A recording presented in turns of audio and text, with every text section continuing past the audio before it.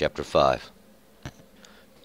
Belshazzar the king made a great feast to 1,000 of his lords, and drank wine before the 1,000. Belshazzar, while he tasted the wine, commanded to bring the golden and silver vessels which Nebuchadnezzar his father had taken out of the temple, which was in Jerusalem, that the king and his lords, his consorts, and his concubines might drink therein. And they brought the golden vessels that were taken out of the temple of the house of God, which was at Jerusalem. And the king and his lords, his consorts, and his concubines drank in them. They drank wine, and they praised the gods of gold and silver, of brass, of iron, of wood, and of stone. In the same hour came forth fingers of a man's hand, and wrote over against the candlestick upon the plaster of the wall of the king's palace. And the king saw the palm of the hand that wrote. Then the king's countenance was changed in him, and his thoughts affrighted him, and the joints of his loins were loosed, and his knees smote one against another.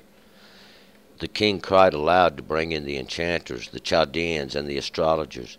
The king spoke and said to the wise men of Babylon, Whosoever shall read this writing, and declare unto me the interpretation thereof, shall be clothed with purple, and have a chain of gold about his neck, and shall rule as one of 3 in the kingdom. Then came all the king's wise men, but they could not read the writing, nor make known to the king the interpretation. Then was King Belshazzar greatly affrighted, and his countenance was changed in him, and his lords were perplexed. Now the queen, by reason of the words of the king and his lords, came into the banquet house.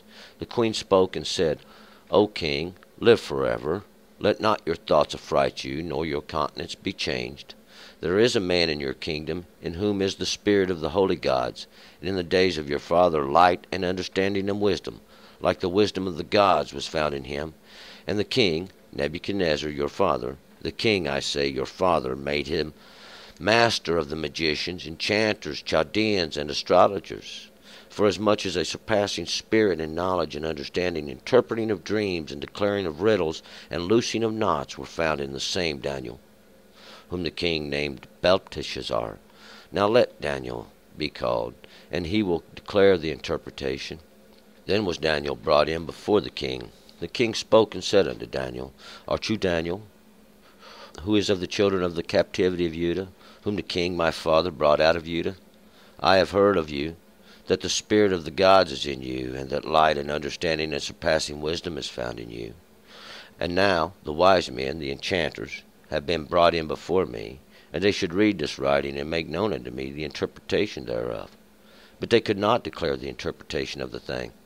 But I have heard of you, that you can give interpretations and loose knots. Now if you can read the writing, and make known to me the interpretation thereof, you shall be clothed with purple, and have a chain of gold about your neck, and shall rule as one of 3 in the kingdom.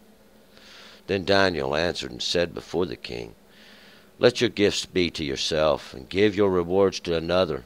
Nevertheless I will read the writing unto the king, and make known to him the interpretation. O you king, God most high gave Nebuchadnezzar your father the kingdom, and greatness and glory and majesty. And because of the greatness that he gave him, all the peoples, nations, and languages trembled and feared before him. And whom he would he slew, and whom he would he kept alive, and whom he would he raised up, and whom he would he put down. But when his heart was lifted up, and his spirit was hardened, that he dealt proudly, he was disposed from his kingly throne, and his glory was taken from him. And he was driven from the sons of men, and his heart was made like the beast, and his dwelling was with the wild asses. He was fed with grass like oxen, and his body was wet with dew of heaven, until he knew that God most high rules in the kingdom of men, and that he sets up over it whomsoever he will. And you his son, O Belshazzar, hast not humbled your heart, though you knewest all this, but have lifted up yourself against the Lord of heaven, and they have brought the vessels of his house before you. And you and your lords, your consorts, and your concubines have drunk wine in them, and you have praised the gods of silver and gold and brass and iron, of brass, iron, wood, and stone, which see not, nor hear, nor know, and the God in whose hand your breath is, and whose are all your ways, have you not glorified. Then was the palm of the hand sent from before him, and the writing was inscribed. And this is the writing that was inscribed: Mene, mene, tekel, upharsin. This is the interpretation of the thing. Mene. God hath numbered your kingdom, and brought it to an end. Tekel. Thou art weighed in the balances, and art found wanting. Pares. Your kingdom is divided, and given to the Medes and Persians. Then commanded Belshazzar, and they clothed Daniel with purple, and put a chain of gold about his neck, and made proclamation concerning him, that he should rule as one of the three in the kingdom. And in that night Belshazzar the Chaldean king was slain. Alright, let's go back up to verse 1. Now, today we are dealing with the Belshazzar. He is the son of Nebuchadnezzar, or this one that comes forth from Nebuchadnezzar. Nebuchadnezzar is that prophet that protects the crown. And Belshazzar is this Lord of treasures, or the Lord of this hidden thing that's stored up, this Lord of treasure. As a little slightly different from Daniel, who was Belteshazzar, the Lord of the correct or the true treasure. But Nebuchadnezzar yesterday had been driven out into the field, and he became a wild ass, this one with eagle's feathers, and to teach him a lesson, to show him that God rules among men, and God rules in the understanding of men, and God, He is God, and there is no other.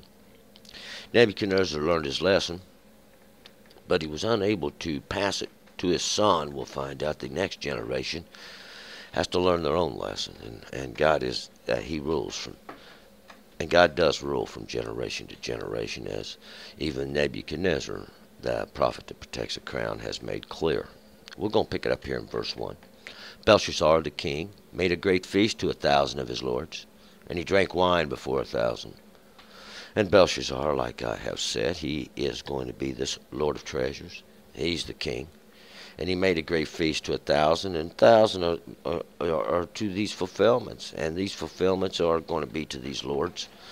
And they drank wine before the 1,000. We're going to find out that he's going to drink wine. And this wine is that which is going to make drunken. It's going to make drunken, this wine that has been fermented too. Belshazzar, while he tasted the wine, commanded to bring the golden and silver vessels which Nebuchadnezzar his father had taken out of the temple, which was in Jerusalem, that the king and his lords, his consorts, and his concubines might drink therein. And these would be the vessels that come from the house of God. We'll find out. Belshazzar, he's going to command that these vessels be brought forth.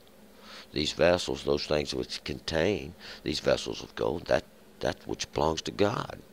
And these vessels of silver, that which is passed through the fire, that which has had to even pass through the judgments of God, that's what they represent. These vessels that contain that, and that's what they did contain. Nebuchadnezzar, that's the prophet that protects the crown, had taken these out of the temple. That's that holy place of God. That was in Jerusalem, and that's that place of peaceful teachings. And he brings them forth, we'll find out, for his rulers and his consorts, those that hang out with him. And his concubines, these wouldn't be his wife, but these would be his other wives. 3. Then they brought the golden vessels that were taken out of the temple of the house of God, which was at Jerusalem, and the king and his lords, his consorts, and his concubines drank in them. So at the king's command, they bring these vessels that were taken out of the house of God. We remember they took those out at the house of God. They stole them. They drug them away. They ain't going nowhere for. And they drank wine and praised the gods of gold and of silver and of brass and of iron, of wood and stone. And they drank their wine, and they make themselves drunken, and they praise these not gods of gold and silver, of brass, of iron, of wood and stone, these of their understandings. These ones of gold, these are those things where they've robbed, and they took that which belongs to God and overlaid it, and of silver, that which God has caused to pass through the judgment that they made, of brass, that's a cold darkness, all these gods, these of iron, that rule over men. And this wood that's been hewn out, that's that which was taken from the forest. Remember that? They took part of it, they cooked something to eat, and then the other part they hewed them out of God. And they covered it over with that gold and silver. And that stone. And of stone, even of stone, these things they have to chisel out, and the men work at. And they tool it out with their hammer and their chisels, and finally they have their image.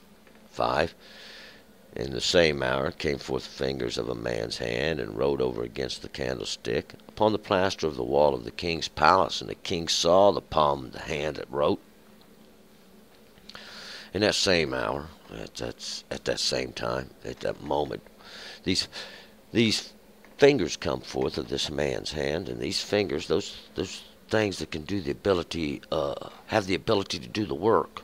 That's that man's hand. They have this ability. These fingers, those things are going to do the work. And they wrote against the candlestick upon the plaster of the wall of the king's palace. And this candlestick, where there it was lit, and that's that lampstand over there, that where the lamp. So it was right by the lamp where the light was. He could read it. That's what the plaster is. See, that smooths over on the wall. Makes it plain, makes it smooth and plain and white, so we can see it easily, the wall, and that's that place of separation. And the king saw the palm of this hand, and that's that open portion. See, it's opened so that you can see that which is doing the work, and that it's going to making it plain. It's making it plain. This hand, that's that work that wrote, and we'll find out that it was wrote down. So we have witness, and we can read it. It's here to stay. 6. The king's countenance was changed in him, and his thoughts affrighted him. His joints of his loins were loosed, and his knees smote one against another. So now the king's countenance is changed. His whole inward understanding is changed. He's scared to death. The joints of his loins are loosed, and these things that descend, his understanding descends below, down into the fleshful place. They are loosed. He's smote. His knees are smiting together. Those ways he goes, that he bends, see that he's breaking the law of God. They smite one against another. We're going to find out. This is fear. That's just pure fear. The king, 7. The king cried aloud to bring in the enchanters of the Chaldeans and the astrologers. The king spoke and said to the wise men of Babylon, Whosoever shall read this writing and declare unto me the interpretation thereof shall be clothed with purple and have a chain of gold about his neck, and shall rule as one of 3 in the kingdom. And the king cries. He cries out loud. And he says, Bring in the enchanters and these Chaldeans, these astrologers, bring in all those ones who we learn, these enchanters, those ones that sit there and they enchant these spells. They're supposed to be able to, by potion or some kind of chanting, be able to reveal understanding. These Chaldeans, these astrologers, these wisest of the land, these astrologers, these ones that gaze into the heavens, and they see the lights coming forth, and they think there's some kind of answer in them. The king, he spoke and said, Bring all these wise men of Babylon, and they are the wise men of Babylon. Oh, they're the wisest of confusion. Whosoever shall read this writing, he said, I'm going to clothe him in purple. I'm going to make him of royalty, and I'm going to put a chain of gold about his neck. And this chain of gold, these things that are linked together one to another, this gold that belongs to God, around his neck. And his neck is something that supports the head. It supports your understanding. So it's kind of like a witness. And he's going to rule as one of the 3 in this kingdom. As one of the 3. See, that's one. There's 3. That's to complete. And in the beginning it was to complete, the law was. This kingdom even. 8. Then came in the king's wise men, but they could not read the writing, nor make known to the king the interpretation. So now all these wise men, these enchanters, the astrologers, the Chaldeans, all the wise of the land, they've come in, but nobody knows what it means. 9. Then was the king Belshazzar greatly affrighted, and his countenance was changed in him, and his lords were perplexed. So now Belshazzar, the lord of the treasures, he went from being scared to being greatly affrighted, and his countenance is changed. And all those wise men, his lords, that's all his rulers, they are perplexed. They don't know what to do. 10. Now the queen, by reason of words of the king and his lords, came into the banquet house. The queen spoke and said, O king, live forever. Let not your thoughts affright you, nor let your countenance be changed. So now they've called the queen in. That means they're about at the end of their wits, their understanding. They've called for the queen, and she's going to be this feminine ruler. And they're going to ask her what to do. And 11. There is a man in your kingdom, in whom is the spirit of the holy gods, and in the days of your father light and understanding and wisdom, like the wisdom of the gods was found in him. And the king Nebuchadnezzar, your father, the king, I say your father, made him master of the magicians, enchanters, Chaldeans, and astrologers. And she tells him, there was a man in your kingdom, and there is a man in your kingdom, in whom the spirit or the understanding of these holy gods, and these were the hallowed gods, the ones that was set aside from the beginning, see, to rule over all the nations. And in the days, and even in the understandings of your father, that we're talking about Belshazzar, this Lord of treasures, his father was Nebuchadnezzar, light and understanding and wisdom, like the wisdom of the gods, was found in him. And this is Daniel. Daniel would be the one whom this light, this understanding, he's the judge of the mighty one. This light, this is understanding, that light, that way to make known. See, to make known. If we've got darkness and we come in with a flashlight and we start shining around, we're making known these things that are hidden in the dark. And this is the understanding. This is wisdom. This is like the wisdom of the gods, and found in him. And this wisdom of the gods, this knowledge of the gods. These things that was given to these not gods to rule over all the nations. Well, remember, Nebuchadnezzar, he's the prophet that protects the crown. That's who the father of Belshazzar is. He was the king. And Belshazzar, once again, the Lord of treasure. Nebuchadnezzar, he's that prophet that protects the crown. Belshazzar is the one that comes forth from him. See, this Lord of treasures. Nebuchadnezzar had made Daniel the chief. He was the master of all the magicians, enchanters, Chaldeans, and astrologers. 12. For as much as a surpassing spirit in knowledge and understanding, interpreting of dreams and declaring of riddles and loosing of knots, were found in the same Daniel, whom the king named Belteshazzar. Now let Daniel be called, and he will declare the interpretation.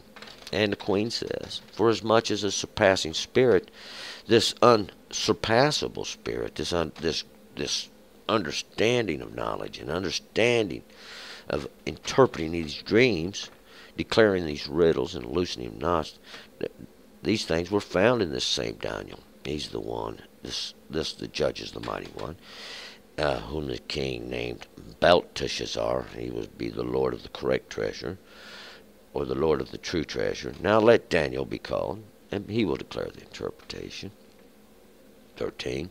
Then was Daniel brought in before the king. The king spoke and said to Daniel, art you Daniel, who is of the children of the captivity of Judah, whom the king my father brought out of Judah? And then Daniel was brought in before the king. And the king wants to know if he's Daniel. Is it true that you are Daniel, this judge of the mighty one, and that come from this captivity of Judah? And those that were taken captivity, remember that's where we're at in Babylon. And the kings of Babylon have taken all of Judah and the rest of the remnant of Israel into captivity. And Judah's those of praisings. 14. I have heard of you, that the spirit of the gods is in you, and that light and understanding and surpassing wisdom is found in you. And Belshazzar says to Daniel, he's heard of him, that this spirit, this ability of these not gods is in him, and these not gods are that ability of these ones that God give to rule over all the nations, even the light and understanding that he gave them in the beginning to rule over these. Surpassing wisdom, see, and that's that wisdom from God that he gave even us in the beginning. See, God said that you should have no other gods, and that would have been the law of that. 15. And now the wise men, the enchanters, have brought in before me, and they should read this writing and make known unto me the interpretation thereof. But they could not declare the interpretation of the thing. And Belshazzar tells Daniel that he's brought all his wise wise men in, all these wise men of Babylon, that's confusion, were brought in. They couldn't understand these writings, and make known this, or the interpretation of what it could mean. 16, but I've heard of you that you can give interpretations and loose knots. Now if you can read the writing and make known to me the interpretation thereof, you shall be clothed with purple, and have a chain of gold about your neck, and shall rule as one of three in the kingdom. And he promises Daniel, this judge of the mighty one, the same thing. Yes, to be clothed with purple, to be made like royalty, to have this chain of gold about his neck. That supports his understanding. This chain of gold, these things are linked one to another. They go, that join together of gold. These things that belong to God. And he should rule as one of three in the kingdom. There's one of three, and it would be to complete this, even the understanding of these kingdoms. Then Daniel answered 17, and said before the king, let your gifts be to yourself, and give your rewards to another. Nevertheless, I will read the writing unto the king, and make known to him the interpretation. And Daniel, the judge of the mighty one, he answers the king and says, keep your gifts, give them to yourself, give your rewards to somebody else. But I'm going to read what it says, and this is the writing, that writing that was on the wall that we're talking about, and make known to him the interpretation. Because, as usual, it is so that the king can understand what it means. 18. O you king, God Most High gave Nebuchadnezzar your father the kingdom, greatness and glory and majesty. Daniel says to Belshazzar, that is the Lord of treasures, this, O you king, God Most High gave Nebuchadnezzar your father the kingdom. God, give the prophet that protects the crown these kingdom and the rule of it, and greatness and glory and majesty. He gave all that to him. 19, and because of the greatness that he gave him, all the peoples, nations, languages trembled and feared before him. Whom he would he slew, and whom he would he kept alive, and whom he would he raised up, and whom he would he put down. And because of his greatness, we'll find that God gave him all the peoples, these nations, languages, everybody trembled before him. And whoever he wanted, he slew, and whoever he wanted, he kept alive. He raised up, he set down, had this authority like God. 20. But when his heart was lifted up, and his spirit was hardened, that he dealt proudly, he was disposed from his kingly throne, and his glory was taken from him. But we'll find when his heart was lifted up, when his understanding and his spirit was hardened, that he dealt proudly, his pride, he thought he did it all. We'll find out it's always going to be the work of God. God making an example constantly, and God disposed from him his kingly throne. God has the ability to make kings. God has the ability to take away kings. God set the kings up. God takes the kings away. See, that's God who's doing that. 21. And he was driven from the sons of men, and his heart was made like the beast, and his dwelling with the wild asses. He was fed with grasses like oxen, and his body was wet with dew of heaven, until he knew that God Most High rules in the kingdom of men, and that he sets up over it whomsoever he will. And he was driven from the sons of men, those that come from men, those understandings even, that go forth. And his heart was made like the beast. His understanding was like the beast of the field. He didn't have no more understanding than the wild asses. These wild asses, an ass is something that represents authority, a ruler. And these wild asses, these ones that have no understanding, they just go forth like the ignorant of the earth, having no understanding of the law of God. And he was fed like the grass. He was fed with grass like the oxen, to bramble around on these things that God causes to come forth from the earth. Till his body was wet with dew, and we remember, till he could get that slow distillation of God from heaven, from understanding. See, that's how the understanding comes from God.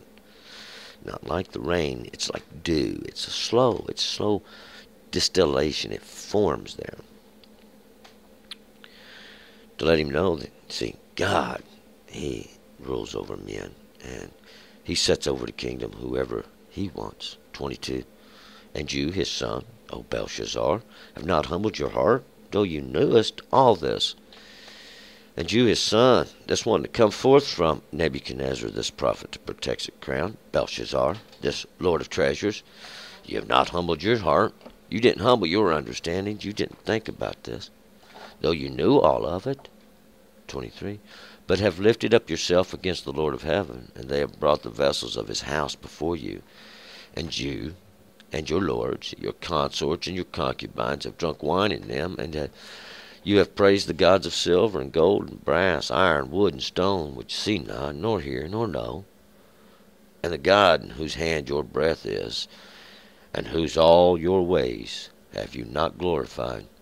But, seeing what they did was, we'll find, they brought these vessels of God's house in, and they lifted up themselves against the Lord in heaven. These things were devoted. You can't touch them. And seeing these are those vessels that contain those things that have this in them. It's pent up in them. It's all that things that belong to God, and they just had to pass through his judgments. See those vessels of silver and gold. But they praised all these other gods, these man-made gods, these things that men overlay with God. They hew out this tree, and they cover, and they make it shine, and fix it all up. It's the creation of men. It's the creation of men. They don't have no understanding. They don't see. They can't see. They can't hear. They don't know nothing. See? But God, in whose hand is your breath, he gave you the breath in the beginning. See?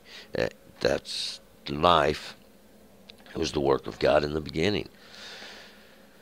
Nobody glorified God. They didn't give God no glory. There was no glorification in God. They give all the glory to another. 24. Then was the palm of the hand sent from before him, and this writing was inscribed.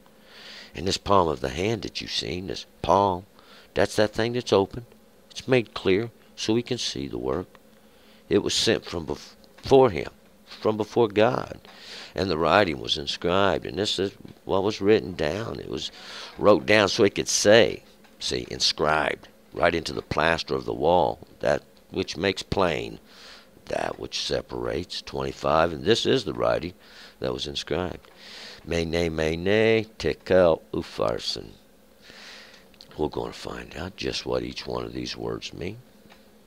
26. This is the interpretation of the thing. Mene, God hath numbered your kingdom and brought it to an end.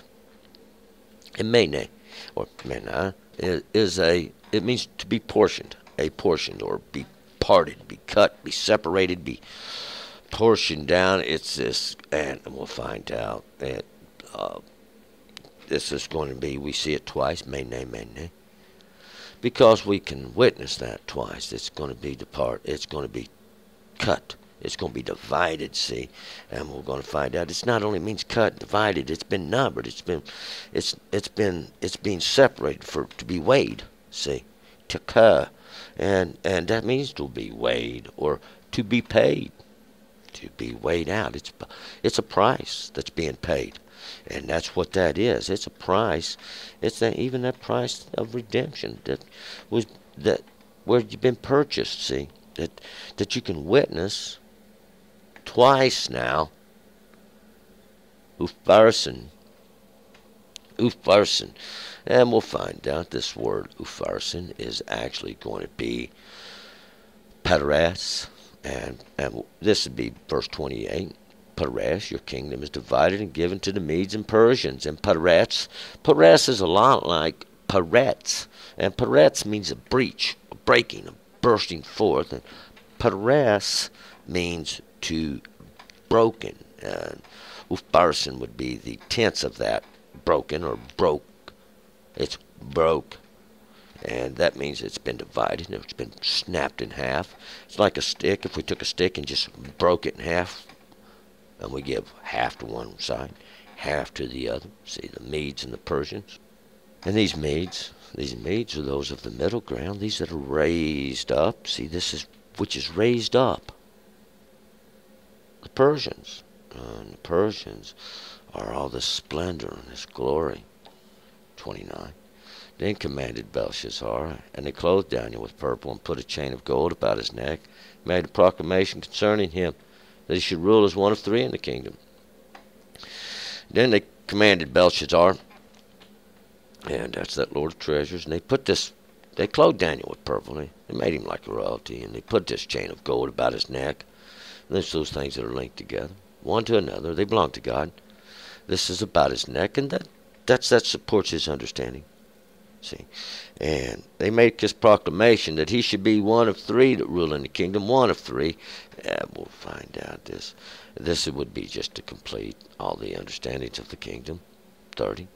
And in the night, Belshazzar, and in that night, Belshazzar, the Chaldean king, was slain.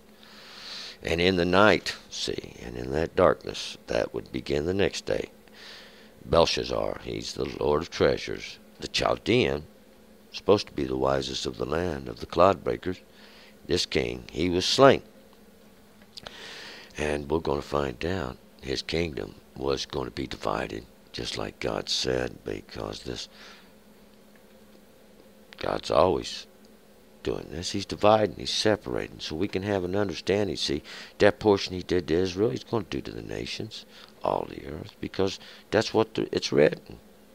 See, well, let's move forward. Chapter 6. Turn and return.